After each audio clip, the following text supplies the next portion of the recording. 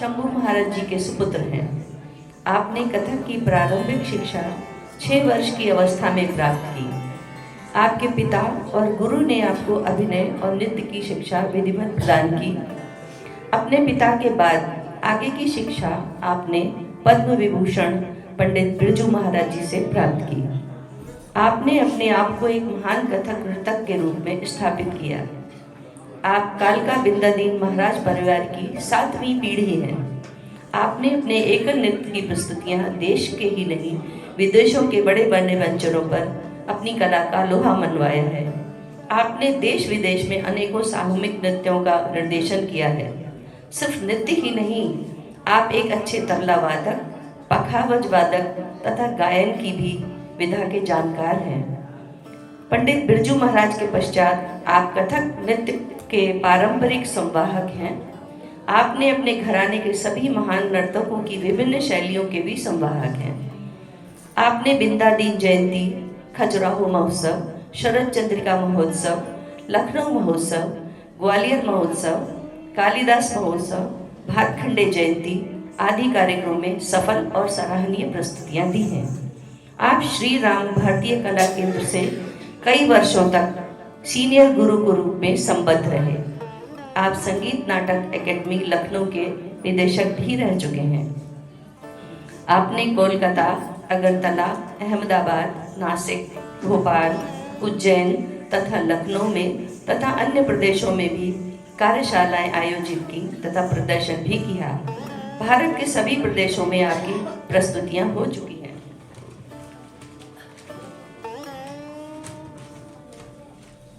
ICC की ओर से आपको अनेकों देशों में कार्यशाला आयोजित करने की जिम्मेदारी दी गई, जो आपने सफलतापूर्वक निर्वहन की।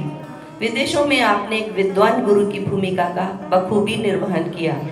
नृत्य को प्रचारित करने के लिए आपने Algeria, Kenya, Ethiopia, Afghanistan, Kuwait आदि देशों में प्रस्तुतियां दी।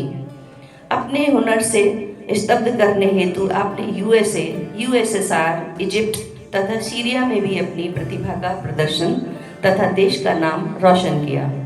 फेस्टिवल ऑफ इंडिया में आपने गयाना और तथा जर्मनी में भी नृत्य की प्रस्तुति दी। सूची बहुत लंबी है।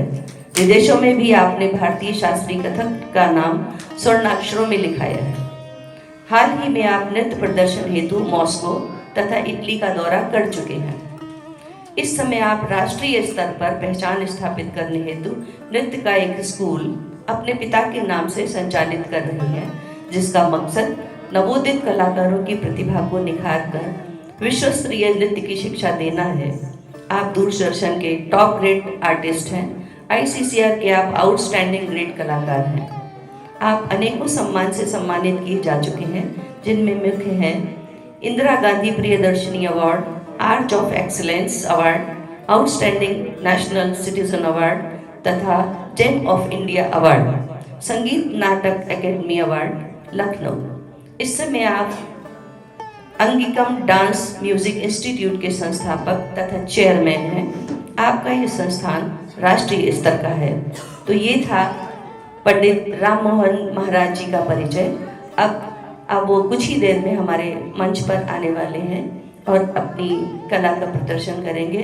और हम बहुत सौभाग्यशाली हैं कि एक इतने सीनियर और घरानेदार कलाकार का हमको आज प्रदर्शन देखने को मिलेगा। तो पंडित राम मोहन महाराज जी का तालियों से जोरदार स्वागत कीजिए।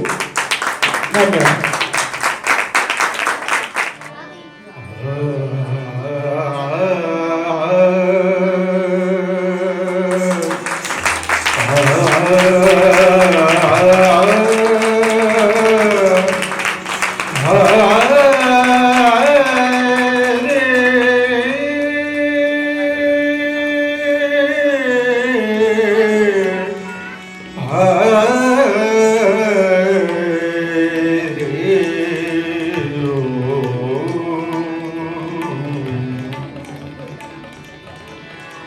भजे ब्रिजेक मंडलम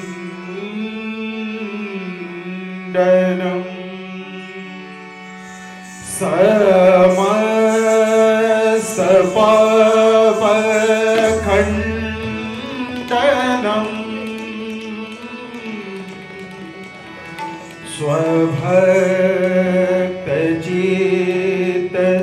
रञ्जनं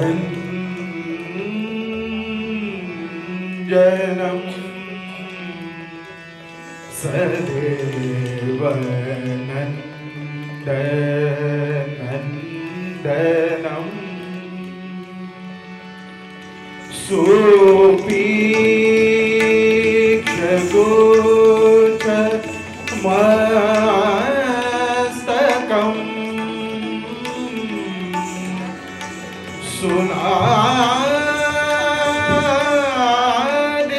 सुनादिवेणो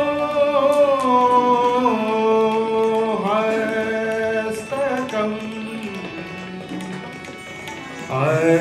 अनङ्गरङ्ग सागरम्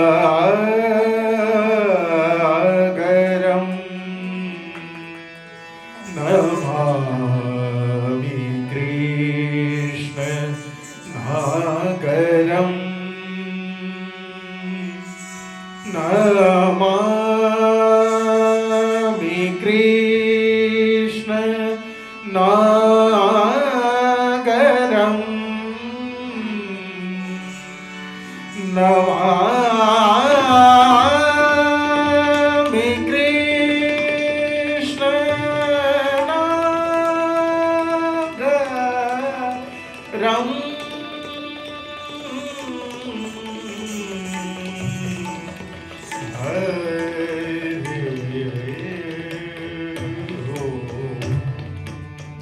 बहुत सुंदर, बहुत सुंदर।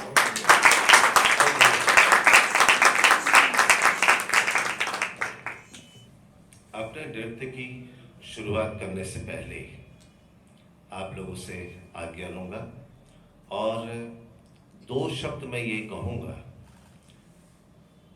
कथक नृत्य ये मंदिरों का नृत्य है।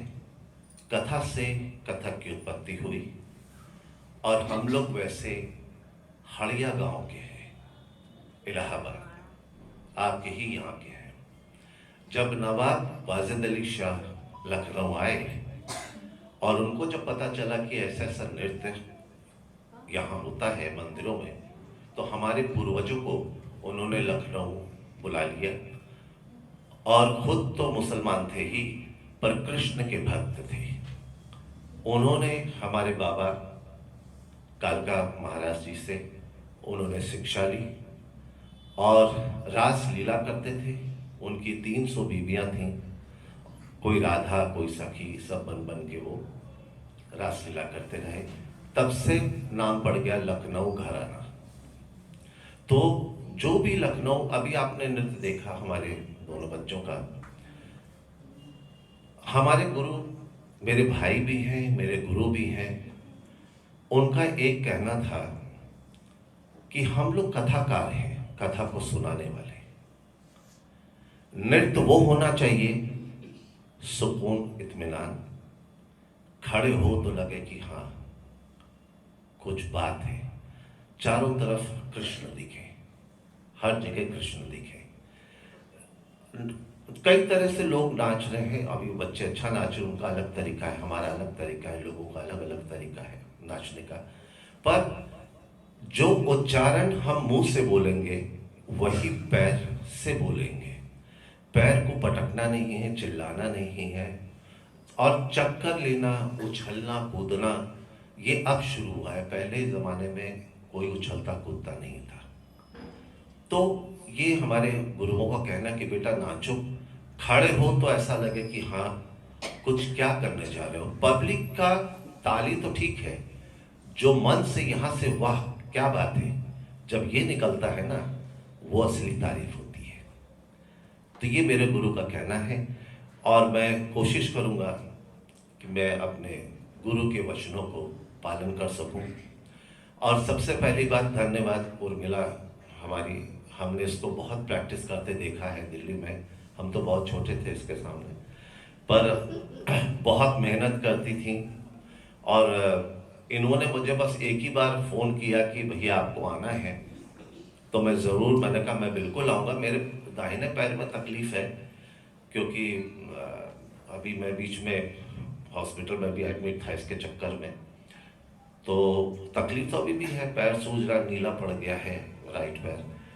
तो मैंने सोचा था घुंघरू नहीं पहनूंगा, बैठ के जैसे भाव ठुमरी जो ट्रेडिशनल लखनऊ घराने की चीज़ें वो दिखाऊंगा। पर इन लोग का नाच देख के और घुंघरू बजा तो मैंने कहा बेटा ऐसा करो किसी स्टूडेंट का घुंघरू ले आओ, मैं भी बांधूंगा। तो कॉस्ट्यूम मेकअप करने के बाद अगर घुंघरू ना हो तो मजा नहीं आता, तो मैंने इसलिए घुंघरू पहन लिया। डॉक्टर ने मुझे मना कर रखा है घुंघरू नहीं पहनना है अभी आपको 1-2 महीने, क्योंकि जब तक पैर ठीक नहीं होता, जब तक खून की दौरान ना शुरू हो जाए पैर में, तब तक नहीं बांधना। हमने कहा बाहर में गए डॉक्टर, अब शुरू हो गए, घुंघरू पहन लिया। तो पैर को मैं कम ही मारूंगा, धीरे धीरे मारूंगा। पर मैं लखनऊ घराने की जो विशेषता है, थाट, खड़े होने का अंदाज। थाट का मतलब क्या है, आप लोग भी कुछ बच्चे हैं जो सीखते होंगे। थाट जो है अलग अलग अंदाज से अलग अलग पोज बनाकर खड़े होने को थाट कहा जाता है, जिसमें अलग अलग मुद्राएं बनती हैं। तो उसमें क्या होता है, जरूरी नहीं कि हमें यूं खड़ा होना है या यूं खड़ा होना है, बस कुछ भी ले सकते हैं। श्रृंगारिक थाट भी हो सकता है, फूल तोड़ा लगाया, कुंडल पहन ले, नेकलेस पहन ले, पोज बना के खड़े हो गए, तो वो थाट है। पर डांस के साथ कथक में अंग तो बोले बोले, निगाहें भी बोले। तो निगाहें भी बात करती हैं। खाली नृत्य में ऐसा नहीं कि हमने हाथ मारा तो हाथ ही गया, नहीं, हाथ के साथ उसका क्या फीलिंग है। कि हम लोग गुरु कहते थे कि बेटा जब थे मारो नीचे की तरफ, तो क्या मैं सोच रहा हूँ, मैं ये नहीं सोच रहा कि वो माइक का मशीन है, नहीं, मैं उसमें भी लड्डू गोपाल देख रहा हूँ कि वो मुझे देख रहे हैं, तो मैं उनको देख रहा हूँ प्यार से। थे ही मार रहा हूँ सामने, तो कृष्ण ऐसे खड़े में, मैं उनको देख रहा हूँ, क्या बात है। तभी आंखें बोलती हैं। तक ऊपर का मारता हूं तो चांदनी रात है, गोल चांद है, क्या खूबसूरत अंदाज है। जब ये सोच यहाँ आती है, तब वो अभिनय और भाव जो है वो शरीर से, हाथों से निकलता है। तो ये मेरे गुरुओं की तालीम है। और मैं कोशिश करूंगा, हालांकि बिरजू महाराज का नाम वर्ल्ड में वो एक ही थे, और कथक का जब नाम आता है तो उनका सबसे पहले नाम आता है। और इसके पहले जो नाम आता था वो मेरे पिताजी का आता था, शंभू महाराज का। मैं उनका बेटा हूँ और ये मेरे भाई हैं, मेरे गुरु हैं। और 6 साल की उम्र से, जब पिताजी की डेथ हुई है तो मैं 8 साल का था, बहुत छोटा था, मैंने पिताजी को ठीक से देखा भी नहीं था। उन्होंने पैर में घुंघरू बांध दिए थे। उसके बाद से इन्होंने मेरी उंगली थामी, और तब से लेके जब तक वो जिंदा रहे तब तक उन्होंने मुझे अपने पास रखा। तो जो भी तालीम आज मेरे पास है वो उन्हीं की देन है। तो मैं वही आप लोग के सामने जो इनकी, मैं ये हाजिरी दे रहा हूँ, ये प्रोग्राम नहीं है। उर्मिला से कहूँगा जब प्रोग्राम करे, फेस्टिवल करे, तब मुझे नचाए, तब 2.5 घंटे नाचूंगा। अभी मैं सिर्फ थोड़ा थोड़ा हाजिरी के तौर से कुछ चीज़ें आपके सामने, ठुमरी भी दिखाऊंगा, होली भी दिखाऊंगा, होली आने वाली है, पर थोड़ा थोड़ा, क्योंकि जब तक मेरा पैर भी ठीक हो जाएगा। तो अब बच्चे लोग तो खूब नाचे, हमारे ये भी रिश्तेदार हैं, हमारी फैमिली हैं, परिवार के हमारे बच्चे हैं ये, और दोनों भाई बहुत अच्छा नाच रहे हैं। आज इनको कहा है कि बेटा या तो एक जने बाल कटवा लो साइड से, या कुछ करो तो पहचान ले कौन बड़ा कौन छोटा है, समझ में नहीं आता। तो बहुत अच्छा नाचे हैं। थाट, खड़े होने के अलग अलग तरीके। आज मैं सबसे पहले वो थाट दिखा रहा हूं कि कथक नृत्य में थाट कैसे बना, उस जमाने में कौन सा अंग था जो आज दुनिया करती है, और वहां से थाट निकला। हमारे बाबा ईश्वरी प्रसाद जी हड़िया के रहने वाले थे, हड़िया में ही रहते थे। तो वो एक बार नहा रहे थे, तो नहाते समय वो लोग धोती पहन के नहाते थे। तो वो धोती, तौलिया लपेट के धोती पहन रहे थे, और वो एक ऐसा कुछ लांग उन्होंने लेके पीछे डाला, और ये हाथ यहाँ आ गया उनका, तो वहां से वो थाट का अंदाज रूप आ गया।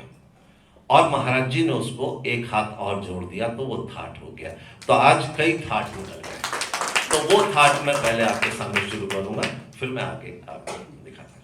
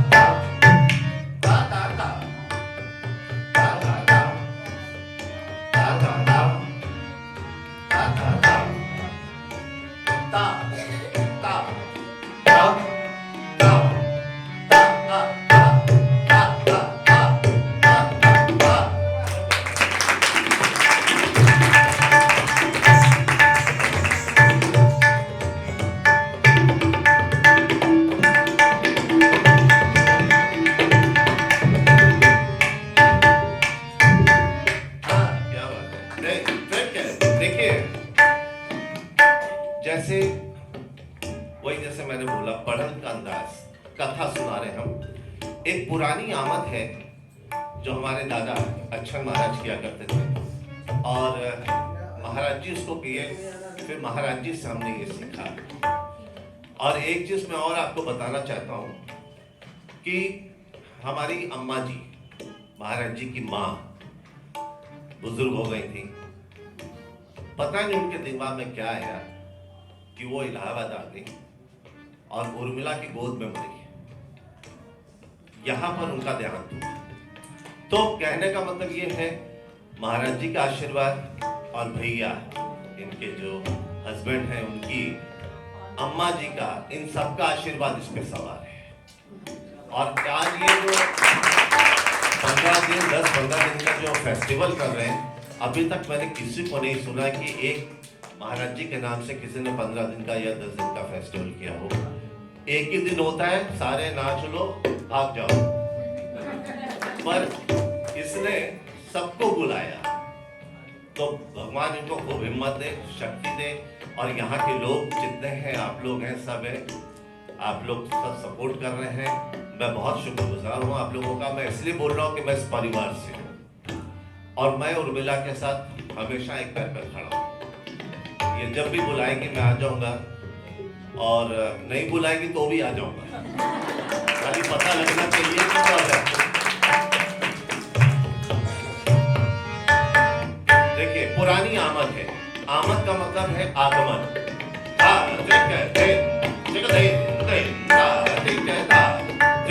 बोलने का तरीका ठीक है।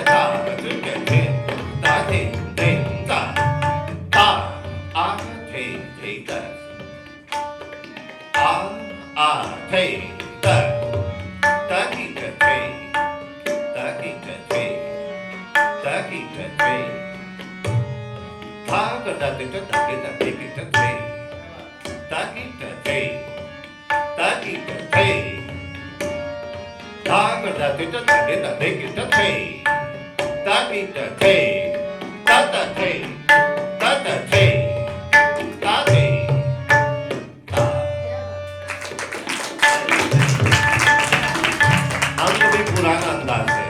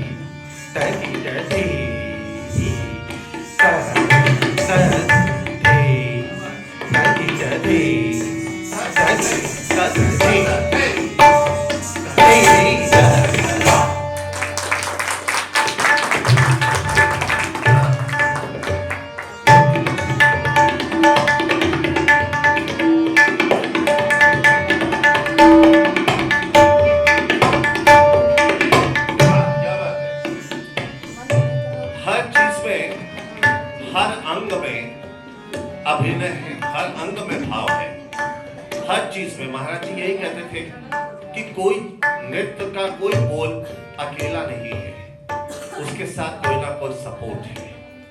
तो वो हर चीज में सपोर्ट जो है, मैं थोड़ा थोड़ा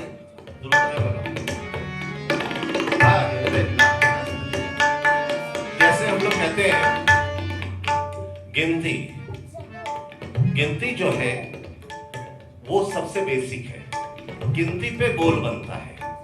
जैसे हम लोग के शरीर में क्या है, हड्डियां ही है मांस है, खाल और मांस को हटा दें तो गिनतियां हैं। ईश्वर ने इसी पे मांस चढ़ा दिया और खाल चढ़ा दिया है, तो वो एक साफ सुथरी नई चादर हो गई है। तो गिनती जो है वो हर चीज का वो है। देखिए मैं तिहाई सुना रहा हूँ। लूडो गेम है ना, लूडो जानते हैं, उसका मतलब है, हर तिहाई का मीनिंग है, सांप सीढ़ी होती है लूडो के पीछे। तो बच्चे खेलते हैं और खेल के सांप का मुंह आ जाता है, तो वापस वो वहीं आ जाते हैं जहां से उन्होंने खेलना शुरू किया था। देखिए कैसे इसका बोल है,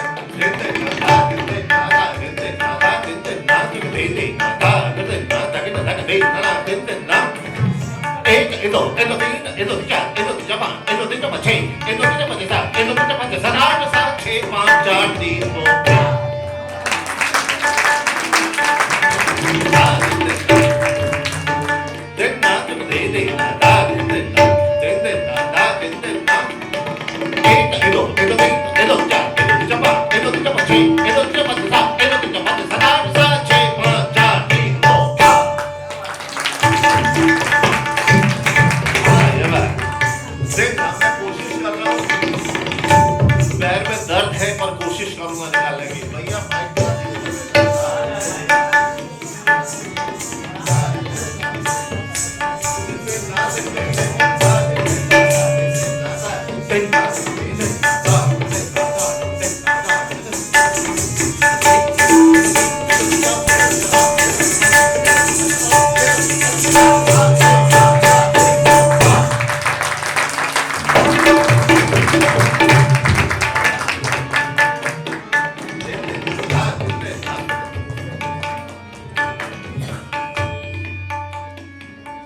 लाइन मार रहा है मेरे को। दिन दिन ना हंसते हुए देखना चाहिए, एंजॉय करिए। ताकि दिन दिन ना कृष्ण भगवान गेम खेल रहे हैं, ताकि अपने साथियों के साथ दिन ना दिन दिन ना दिन ना तक तक दिन ना दिन दिन ना तक तक दिग दिग तक दिग धाता धाता धाता तक तक दिग दिग तक दिग धाता धाता धाता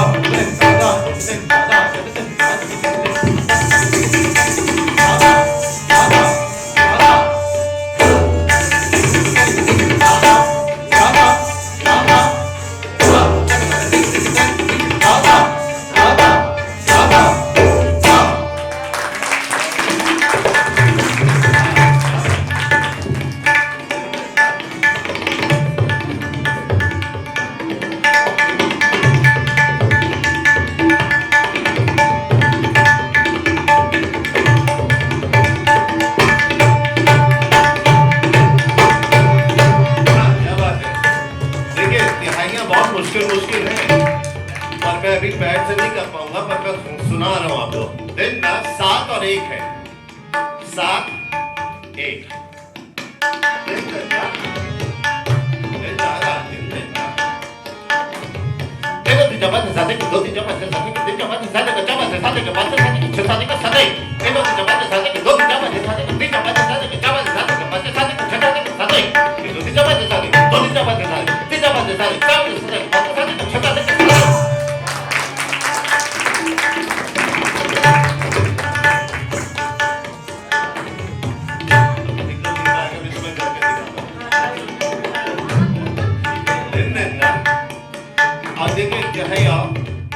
कहाँ उसका गैप आता है, ऐसी जगह मारता है टक्कर कि ऐसा लगता है कि उठा के मार दिया। दिन ना दा दिन दिन ना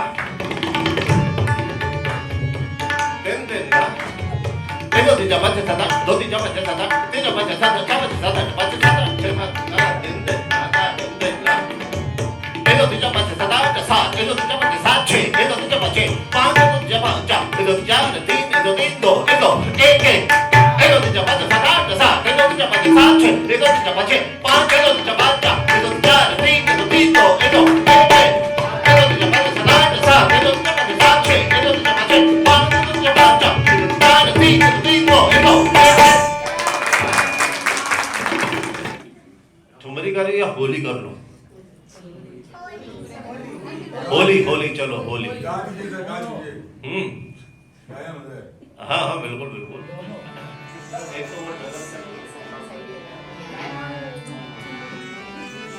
ये बड़ी पुरानी ठुमरी है, बच्चे भी करते होंगे, पर मैं बच्चों के लिए भी कर रहा हूँ, आप लोग के लिए भी कर रहा हूँ। डगर चलत देखो, डगर चलत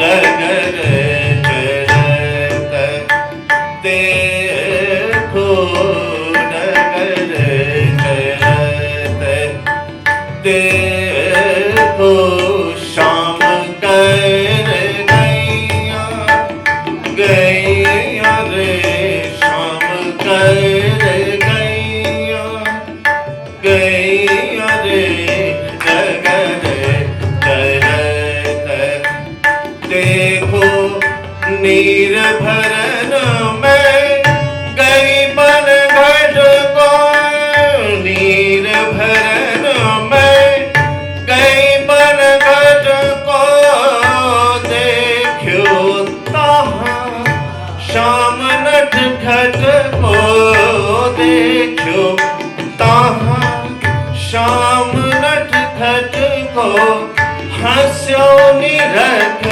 मेरो मन घट क्यों, हंसो निरख मेरो मन घट क्यों, आए अचानक जोनर छट को, आए अचानक जोनर छट को, कर लगाए लीनी मोहे आज्ञा, डगर चलत देखो रे, डगर चलत देखो, डगर चलत देखो रे, डगर चलत देखो, शाम कर गैया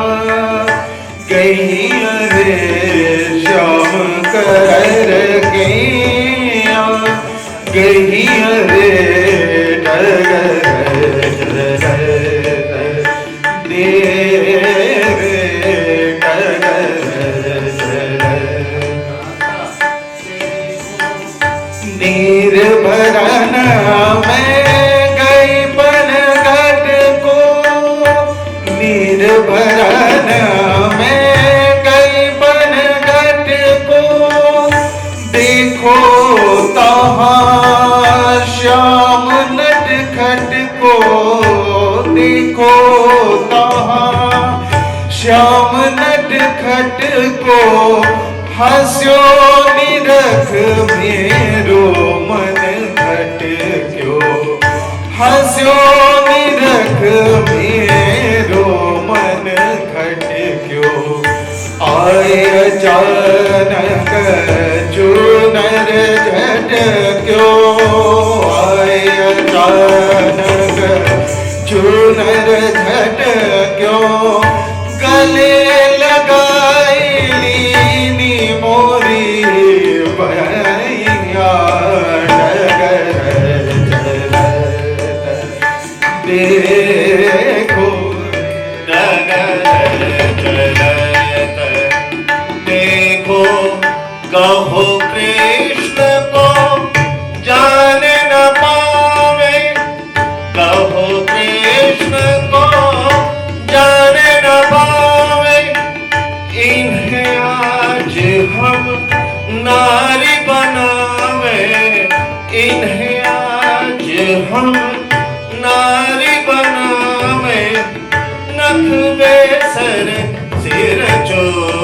गोधाई नख बेसर सिर चोटी गोधाई बेंदी भाल सारी पहनावे बेंदी भाल सारी पहनावे बिंदा कहता अद्भुत छवि बनिया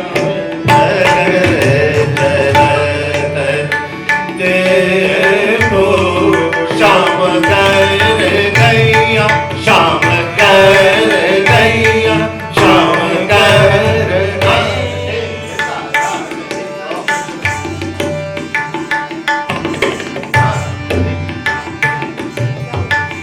कहो कृष्ण को जाने न पावे, कहो कृष्ण को जाने न पावे, इन्हें आज हम नारी बनावे, इन्हें आज हम नारी बनावे, नथ बेसर सिर चोटी गुथावे, नथ बेसर सिर चोटी गुथावे, बेंदी भाल सारी पहिरावे, बेंदी भाल सारी पहिरावे, बिंदा कहत अद्भुत छवि बनिया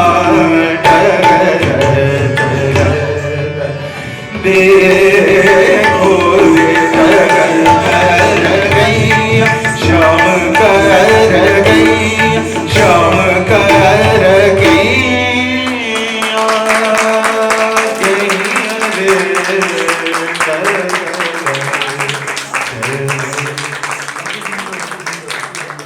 बस मैंने हाजिरी दे दी गुरु के सामने और सबसे ज़्यादा आप लोग का प्यार, आप लोग का प्रेम, आशीर्वाद चाहिए, क्योंकि ऑडियंस जो है, महाराज जी कहते थे पब्लिक जो है वो ईश्वर का रूप होती है। आप लोग मोहर लगाएंगे तभी हम आगे बढ़ पाएंगे। तो हम चाहेंगे कि अगली बार मैं आके कम से कम 2 घंटे नाचूं और अच्छी अच्छी और चीज़ें दिखाऊं। आज तो सिर्फ हाजिरी थी और उर्मिला को पकड़े रखूंगा, छोड़ूंगा नहीं जिंदगी में। अब मैं दिल्ली छोड़ चुका हूँ, पहले दिल्ली में था, अब मैं लखनऊ आ गया हूँ। अब लखनऊ में, क्योंकि लखनऊ घराना बोलते हैं, तो लखनऊ में हमारी ड्योढ़ी है बुजुर्गों की, उसको जागृत करना है दोबारा। तो इसलिए मैं 3 भाई हैं हम लोग, सबसे बड़े महाराज जी, फिर कृष्ण मोहन, फिर मैं। तो जब महाराज जी जिक्र करते थे कि यार एक आध कोई लखनऊ में रहे, तो उनकी नज़र जो थी वो मेरे पे रहती थी। तो मैंने कहा कि आप मुझे बोलते क्यों नहीं कि तुम चले जाओ, मैं तो जाने को तैयार हूँ। अबे बोले डर लगता था कि तुम्हें मना ना करते। मैंने कहा ऐसा हो सकता है कभी? तो मैं उनकी आज्ञा का पालन कर रहा हूँ। दिल्ली कोई नहीं छोड़ता, दिल्ली में उसका फील्ड है, राजधानी दिखते हैं दोनों आ गए। हाँ दिल्ली में फील्ड है हम लोग का, पर मैं उसको भी छोड़ के लखनऊ आके बस गया। वो भी राजधानी है। हाँ, तो अब हम लखनऊ में ही हैं, तो आप लोग भी, और इसीलिए उर्मिला ने बुला लिया। शायद दिल्ली में होता तो नहीं बुलाती, क्योंकि हाँ, क्योंकि किराया ज्यादा है। किराया ज्यादा है। इलाहाबाद में बैठ के हाँ, दुनिया को 14 दिन में हिला दी है, सही बात है। 4 से 14 करके पूरे ऑल ओवर डांस को हिला दिए। पूरे डांस, सही बात है, बिल्कुल सही है। और दिल्ली एक- में तो क्या करेंगे? एक शेर याद आया है कि तेरी महफिल में किस अंदाज से बैठा है दीवाना, तेरी महफिल में किस अंदाज से बैठा है दीवाना, जुबान खामोश है लेकिन नजर कहती है अफसाना। हमें समझाने वाले काश पहले ही समझ लेते, हमें समझाने वाले काश पहले ही समझ लेते, जरा सी बात का दुनिया बना लेती है अफसाना। तो मैं दुनिया की बात पे नहीं आऊंगा, सिर्फ तुम्हारी बात पे आऊंगा। और आप लोग ज़रूर आए, आशीर्वाद दें ताकि मैं जल्दी ठीक हो जाऊं और मैं अपने घुंघरू पहन के नाचूं। ये मुझे जिस बच्ची का भी घुंघरू है उस बच्ची ने नचाया है मुझे, क्योंकि बच्चे जो है वो इस माँ दुर्गा का रूप होती, हम लोग कन्या के पैर छूते हैं, तो ये उन्हीं की देन है। तो आज्ञा दीजिए, आप लोग भी अब आराम करिए। मैं बहुत ही अविस्मरणीय, सबको ये यादें संजो के रखनी होंगी। और हम उर्मिला जी के लिए बहुत बहुत शुभकामनाएं करते हैं कि उन्होंने इतनी हिम्मत से काफ़ी उनके साथ जो भी हुआ है उसके लिए, उसके बाद भी उन्होंने इतनी हिम्मत बटोरी। अब मैं अपने मुख्य अतिथि जी से कहूँगी कि इस कार्यक्रम के बारे में 2 शब्द कहें और हमारे कलाकारों को मार्गदर्शन दें और अपनी जो भी अनुभव है उनको साझा करें। कथक केंद्र प्रयागराज के तत्वावधान में उर्मिला जी ने जो आज कार्यक्रम रखा है, जो बाहर से कलाकार आए हैं सभी का मैं स्वागत और अभिनंदन करता हूँ प्रयागराज के पावन धरती पे। और सबसे बड़ी बात यह है कि नीचे तो मैं अक्सर आया करता था, लेकिन ऊपर पहली बार आया हूँ।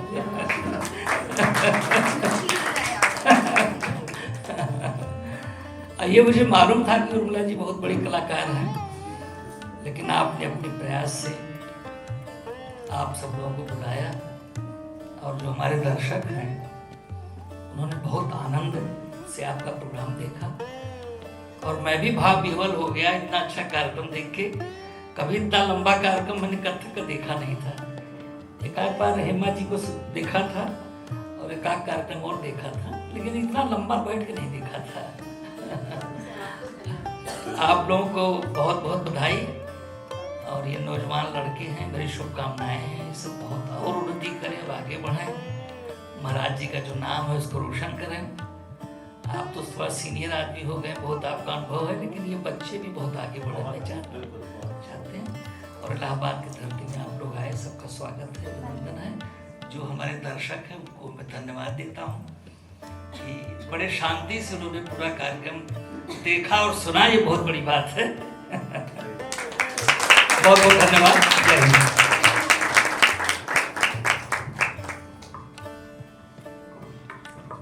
मैं अपने मुख्य अतिथि जी उनको भी बहुत बहुत धन्यवाद देती हूँ कि इतने व्यस्ततम कार्यक्रम से और उन्होंने करीब करीब 2 घंटे हमको दिए। हम बहुत बहुत दिल से आभारी हैं। और हमारे आए कुछ मेहमान दिखाई पड़ रहे हैं जो महाराज जी के साथ भी थे, नाम अभी मैंने पता नहीं है मुझे, लेकिन मैं बहुत धन्यवाद करती हूँ कि आप सबने आके देखा। और कल भी इसी तरह से आइए, 14 तक एक से एक प्रस्तुतियाँ यहाँ पर रहेंगी। मैं चाहूँगी आप सबकी उपस्थिति यहाँ बनी रहे। सर आपको बहुत बहुत धन्यवाद। आशीर्वाद दीजिए हम सबको कि पुष्पित पल्लवित होते हुए। और आप तो सभी जानते हैं कि जो कठिनाई से आके मैं आज यहाँ खड़ी हूँ, बहुत कम समय हुआ है इनको गए, लेकिन वापस सब चीज़ों को रिकवर करने की कोशिश कर रहे हैं। Thank you so much. शुभ रात्रि। अभी जो उर्मिला ने कहा कि उनके जाने के बाद वो गए नहीं, वो यहीं हैं, वो भी प्रोग्राम देख रहे हैं। और दूसरी चीज़ आप लोगों से कहूँगा, अपने अपने बच्चों को भेजिए और ये उर्मिला के पास, ताकि हमारे जो भारत का कल्चर है वो बच्चे सीखें। कारण ये है कि हमारे बच्चे जो है वेस्टर्न ज़्यादा अपना लेते हैं और विदेशी लोग हमारा कल्चर अपनाते हैं। मैं 5 साल अमेरिका में रहा, सिखाया है मैंने वहाँ पर जो लगन उनमें देखी मैंने, वो हमारे अपनों में नहीं दिखती है। तो हम ये चाहते हैं कि वो चीज़ें हम लोग, उनका ढेंचक बमचक शौकिया ठीक है, पर उसको अपनाना नहीं है। ता और थे 3 शब्द है कथक में, ता थे तत्। ता जो है वो शिव है, थे पार्वती है, तत् गणेश है। तो ता थे तत् ये इस बच्चे सीखें, प्रयास करें, खूब खाएं।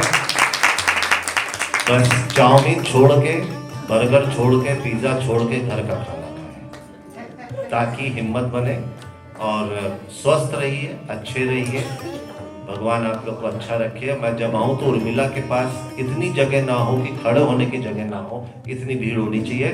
फिर मैं इससे कहूँगा मैं आऊँगा वर्कशॉप में, तब मैं आऊँगा। धन्यवाद।